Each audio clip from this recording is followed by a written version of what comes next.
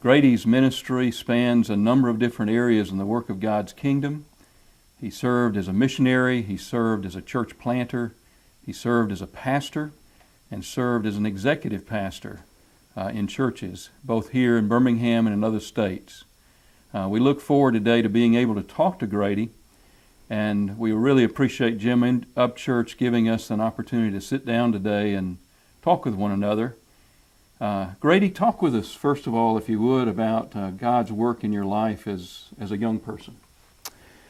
Okay, I began my life in East Lake, which is actually a community that's east of Birmingham.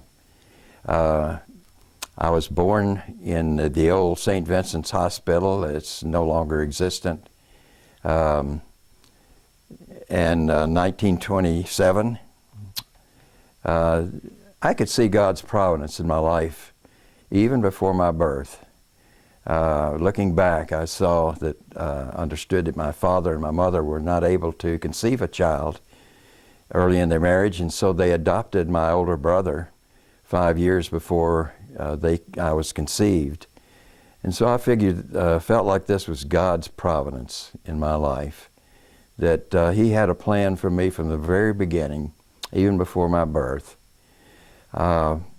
We lived out in Roebuck, which is also east of Birmingham, in a community there, and then we moved to East Lake, and I grew up there, had my young years there, probably from age 4 until until I was 17 years of age. Grady, talk with us some about the Lord worked in your life at an early age, and talk with us about how you came to know Christ. When I was 7 years old, my father and mother felt like that I ought to be involved in church, and so on Sunday mornings one of them would drop me off at a church out in East Lake. It was called 76th Street Presbyterian Church. It's no longer existent now. It's they adopted another name and moved, I think, out to Trussville area.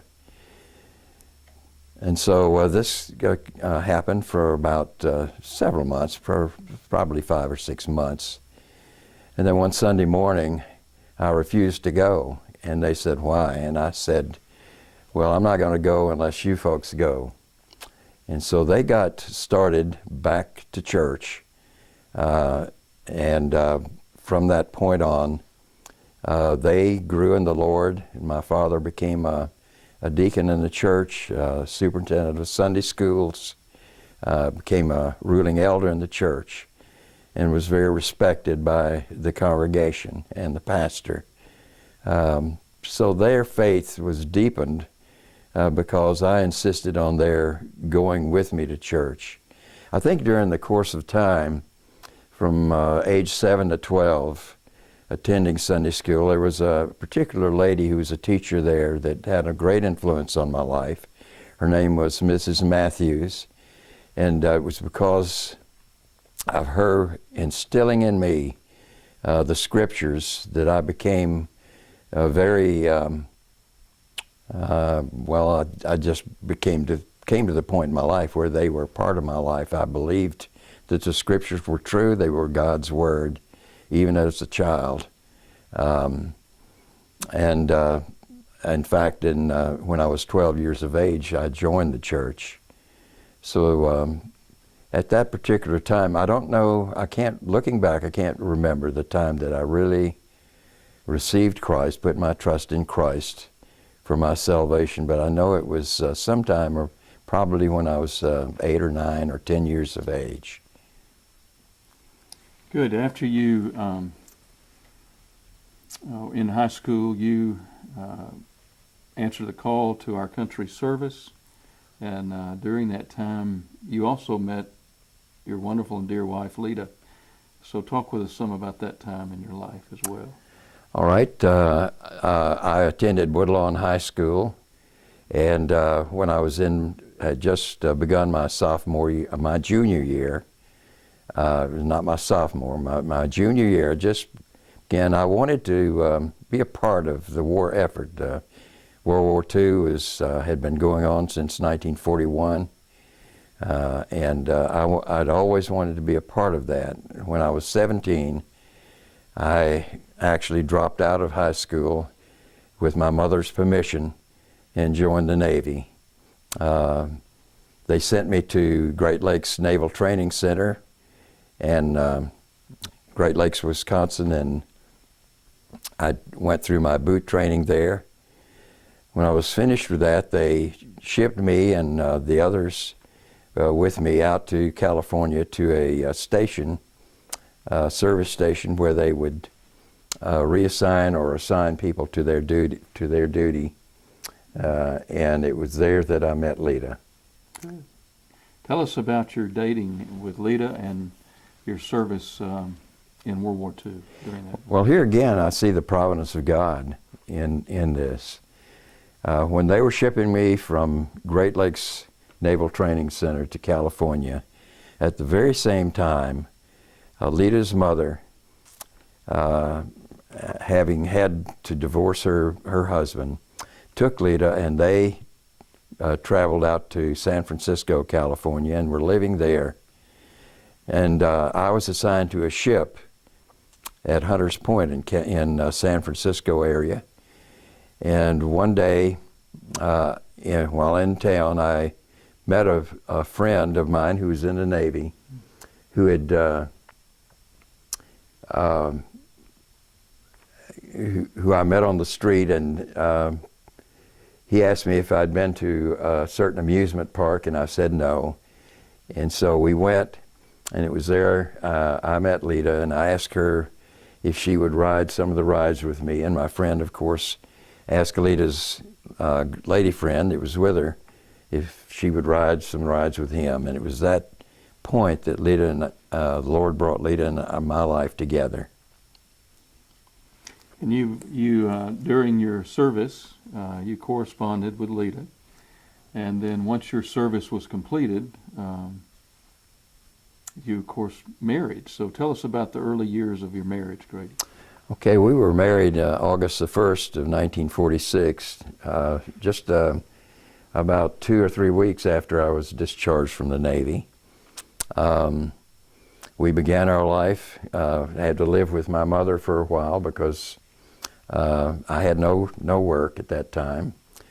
But we married because I felt like if we didn't do it then, that we may never do it. We might drift apart, being so far apart in distance.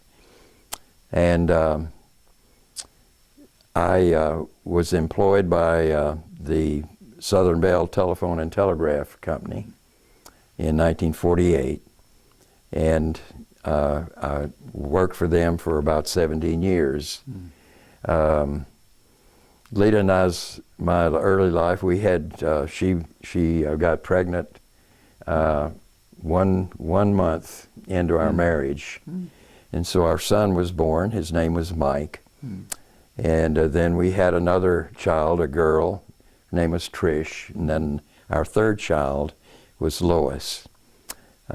We were still in East Lake, out in the east part of Birmingham, still there, working for the telephone company. And because of our children's being affected so much by the pollution at that time from the steel mills, and in the wintertime having so many colds, we decided that we would put some money together and try to get a transfer to Orlando, Florida. And so in late 1953, we moved to Orlando with our children and began a new life there. It was during that time you had a career with the power company and telephone company, and it was during that time you were involved in a church, and during that time you began to sense a call of the Lord upon your life. And talk with us about that stuff. Okay, it was wonderful being there. It was just like coming out of, I've always told people it was just like coming out of an ice box, a refrigerator that had dirty air in it, to something that was clean and pristine and just so much different, the weather and everything. So we were doing well, and they were going to the First Presbyterian Church in Orlando was going to plant a church in our area. The builder of our area had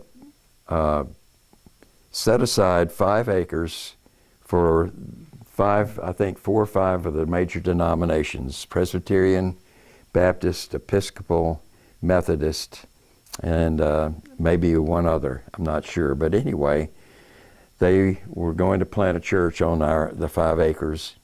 The area we lived in was called Azalea Park. And in planting that church, we were involved in the actual building of the building, putting tile down on the floor, and a wonderful close relationship and fellowship and bonds were created there on all of that activity and building. And and our people came from various denominations, and one of our elders had come from the United Methodist Church, and he asked me, his name was Carl Entricken, and Carl asked me one time, he said, how about going with me to Leesburg to a Methodist? He said, I know the church is at this point of time is liberal, but he said their missions conference is one of the best things about that denomination. Would you go to Leesburg with me next week to their missions conference? And I think you'll enjoy it. Well, it was at that missions conference that they had pastors and missionaries speaking, and they had a little choir that came from a church in Cuba that sang and gave testimony. And it was at that time I felt God drawing me toward missions. I felt definitely that He may be calling me to missions. At the same time, Lita had gone to a conference in another part of Central Florida with a professor from Columbia Seminary, and she came back home, and both of us said that we felt like God was calling us into full-time ministry. Let's just leave it at that. But you were called, and now at that point in time, God was moving in your heart, and you had an established career, and you had 3 children, and you had a lot of decision making to make. What was some for those who might watch this and in their own hearts be wrestling through a call that God might be placing on them? How did you work through that call to the ministry? Well, first of all, I went to a pastor, Dr. Malcolm Watson, of a Presbyterian church there, very active, and it was a conservative church, so that attracted Lita and I. The church of about 1,500 members.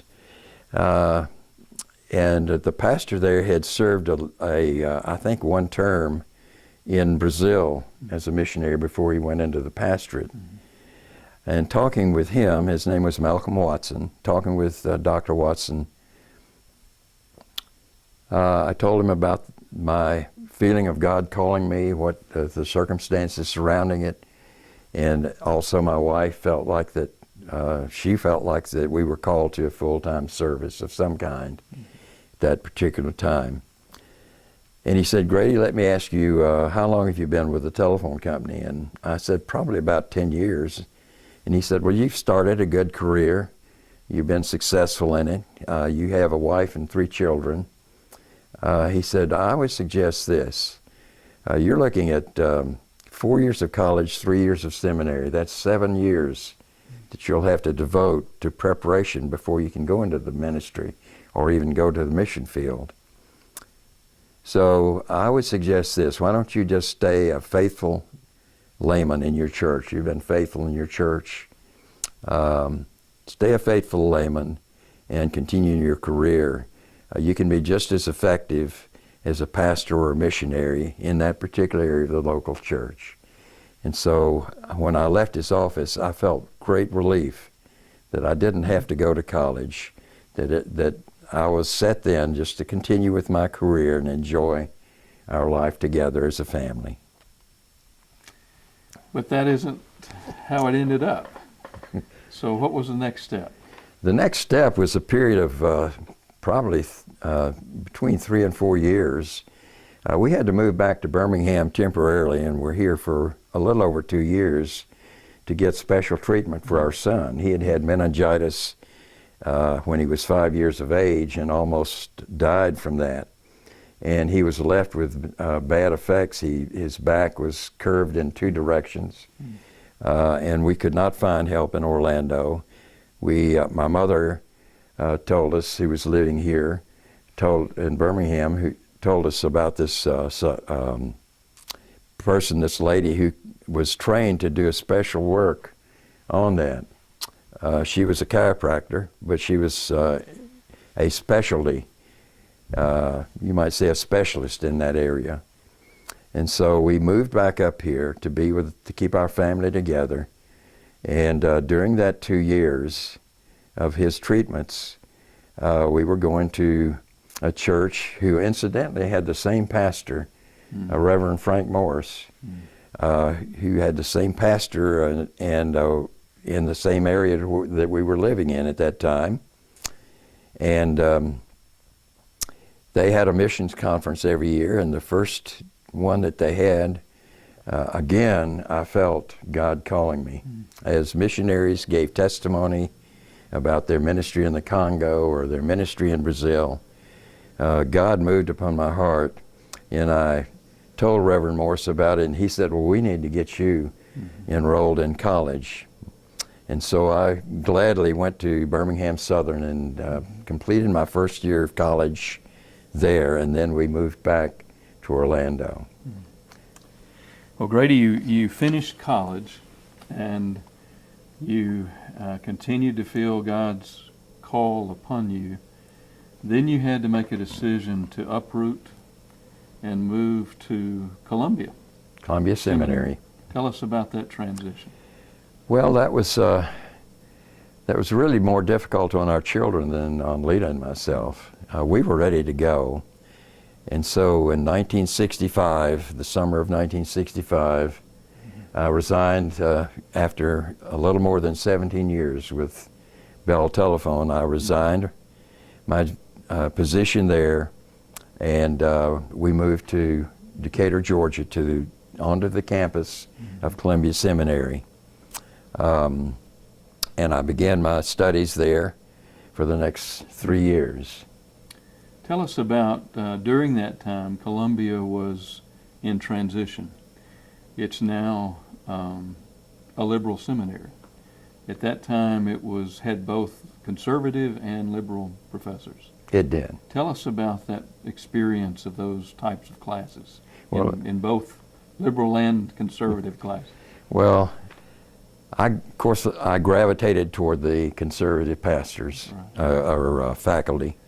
And Dr. Manford Gutsky was the teacher of the Bible, for one thing, and he was a great influence on my life, and other of the conservatives there. I made good grades even with the liberal pastors because I proved my points in the papers that I presented. I always proved my points biblically, so what could they say? I know from Dr. Guthrie, I did a paper for him and I got an A on it with the notation, an excellent paper, well done. Good. And so I did well. Let me tell you an incident though. Here God's working again, His providential care of Lita and myself. Lita, in order to make some money for us, I was without income there. In order to make extra money, she had been a nurse's aide in Orlando. Well, she got a job at Emory Hospital in the area of surgery, and what she did was some part of the process of the instruments, the sterilization of the instruments and preparation of the instrument surgical packs. She was involved in that, and one day she was up on the ladder getting a pack down, and she slipped and fell and injured her back. And the specialist told her there was really nothing they could do for her at that point. She really needed to not work anymore for a while. And they told me that I tried, if I could, to rig up some kind of a traction unit. Well, using weights and little pulley ropes and pulleys, I rigged up a thing at home on one of the children's bed, on their bunk beds, so Lita could go into traction when her back was hurting. And I told this when we were going into missions. I always told about the chiropractic horse. Lois, our youngest, just really wanted a horse so badly. And so we told her if she would save up $200, she was working part-time and going to high school. I said, if you will save up $200 where we can buy a horse, we'd already priced some in the area, we'll get you that horse. And you can, we'll find a place nearby where you can keep it, a field where you can keep it, and you can bring it to the seminary. And they had a big athletic field, and she would ride it on that field. Well, one day she had the horse there, and before she took it back, they were going to feed it. And our older daughter, Trish, had the feed bucket, and she kept teasing the horse, you know, acting like she was going to feed it and then jerk it away. And the horse got angry, and she kicked Lita right in the back and sent her flying. And Lita was stunned, of course, and she laid there for just a few moments. And finally I said, do you feel like you can get up? And she said, with your help, I can. And so I helped her up. And she said, you know, my back doesn't hurt anymore. Well, her back really doesn't bother her from then on for a number of years.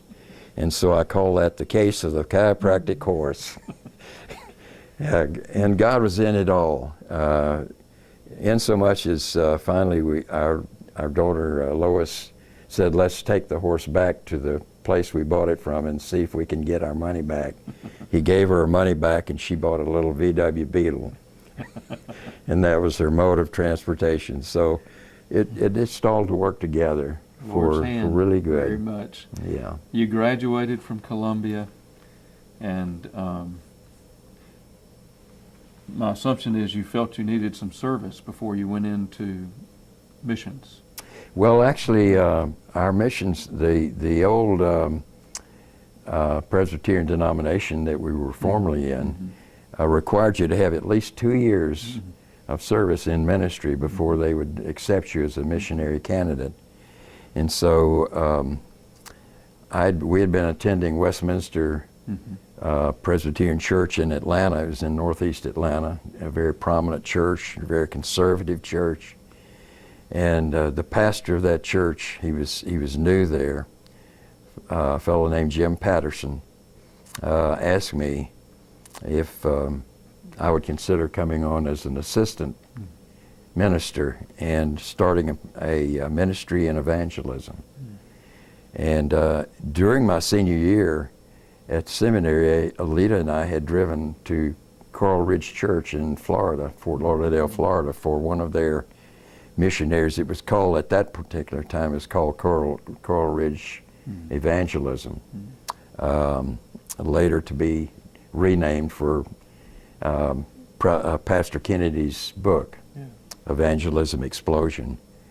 But it was a very vibrant church, and we went through their evangelism thing, actually had practical experience in going out and calling on people and being able to share the gospel with them. And so I had that background, and when I was asked to do that, I was ready to accept that. And felt that that was a good thing to go. And while we were there, I was able to start a men's evangelism, visitation evangelism on Thursday nights, and on Tuesday mornings, the ladies.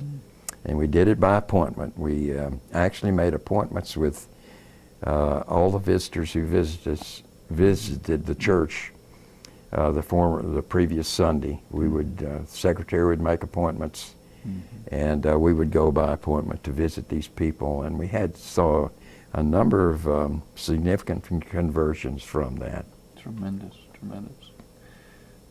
After you served there as an associate pastor, where did God lead you next? God led us to Mount Salus Presbyterian Church in Clinton, Mississippi.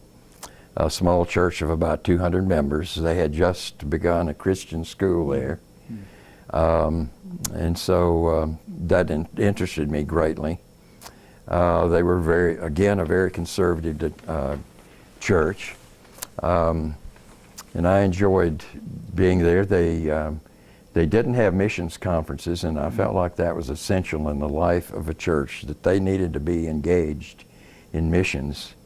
Their idea of a missions was a missions dinner once a year. They would say, they would talk about China, and they would emphasize China, and they would have one dinner, and it would all be Chinese food. Everybody would bring different kinds of Chinese food, or Japan, or whatever, South America. And I said, no, we need a conference. We need to have missionaries here to share with the people what God is doing. And so we had our first conference, and one of our missionaries, he was going to be the primary speaker, was a fellow named Jack Chin Chin. Jack Chin Chin had already started a ministry called E&I Missions in Liberia, West Africa. And it was at one of his talks, he was sharing about how the chief of this village had actually come, and the elders had actually come to him, begging him to find someone who could come and train their village pastors. Pastors who had no formal education. Pastors who had felt like God had called them to preach to their people, and yet they were unequipped as far as knowledge of the Scriptures. And God really moved me, and Lita too, in that direction. So we told Jack that we were going to see if we could do that. At that particular time, there was no mission to the world. We were still a PCUS denomination, although they were working on having the PCA, as it was later called.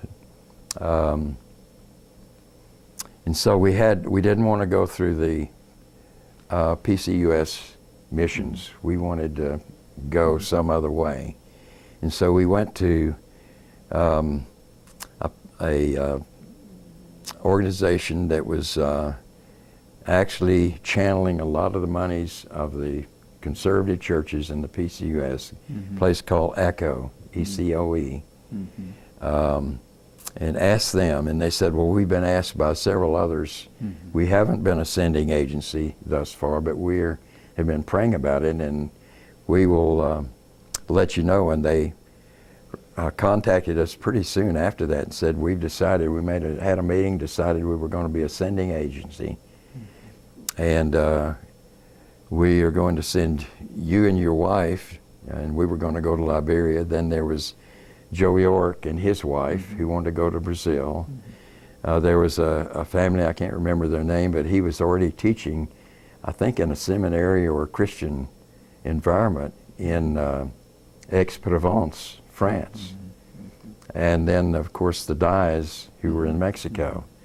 And so they accepted these four couples, and we came under ECHO and went to Tyler, Texas, to the Fifth Street Presbyterian Church. And at a meeting there, we were all formally commissioned under ECHO to go to these various countries and ministries. And this was in 1973. Right.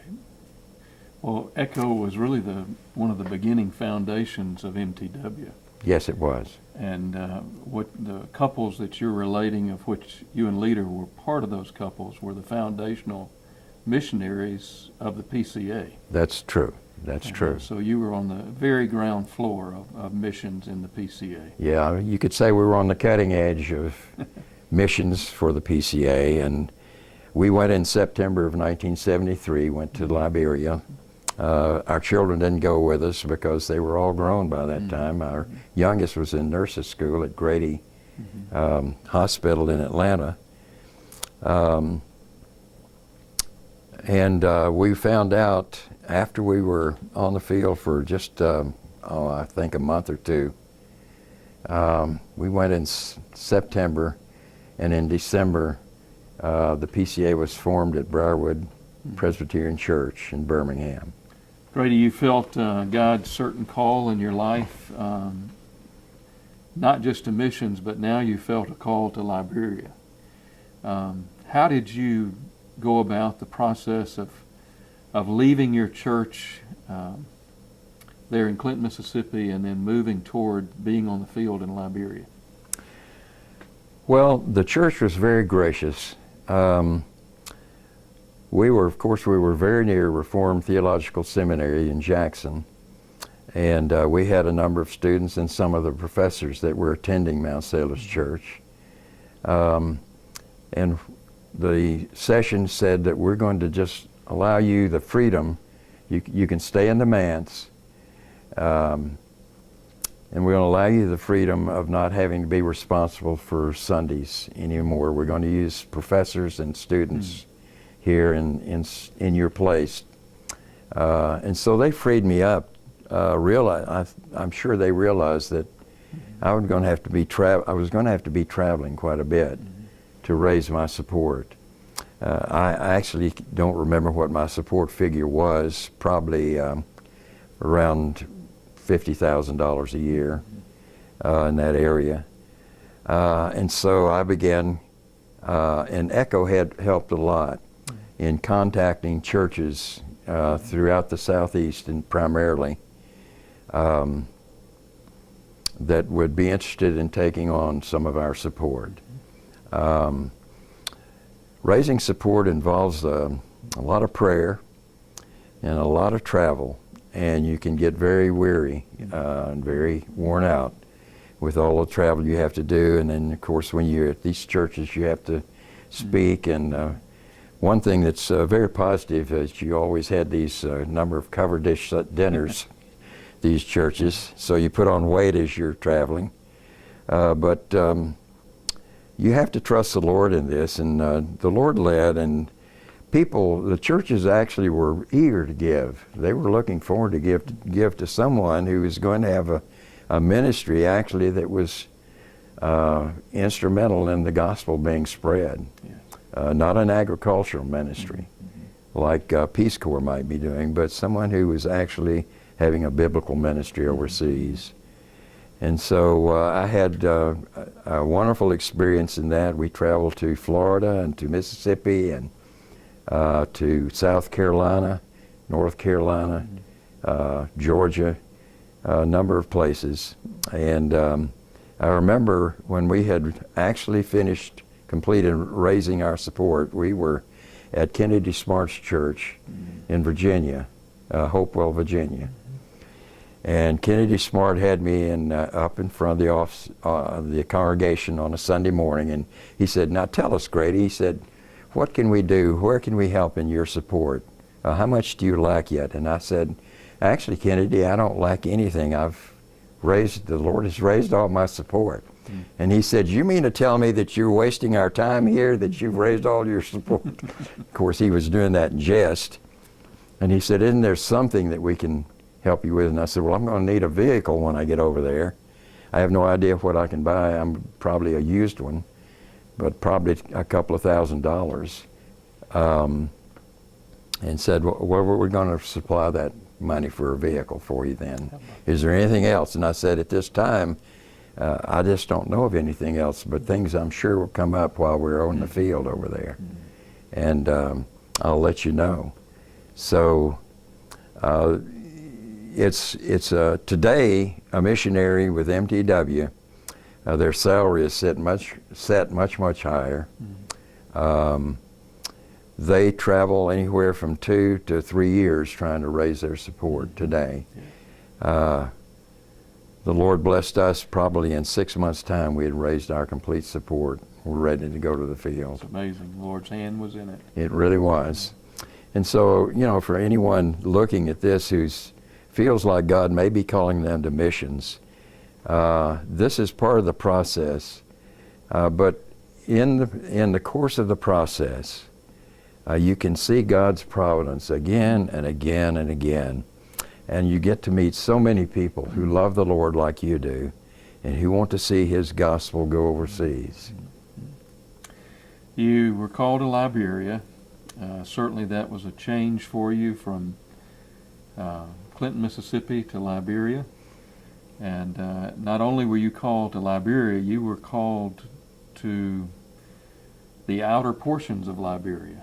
Tell us about what that was like when you landed on the field and realized that you would be going very much deep into the outer parts of Liberia. Well, this was quite a shock to us.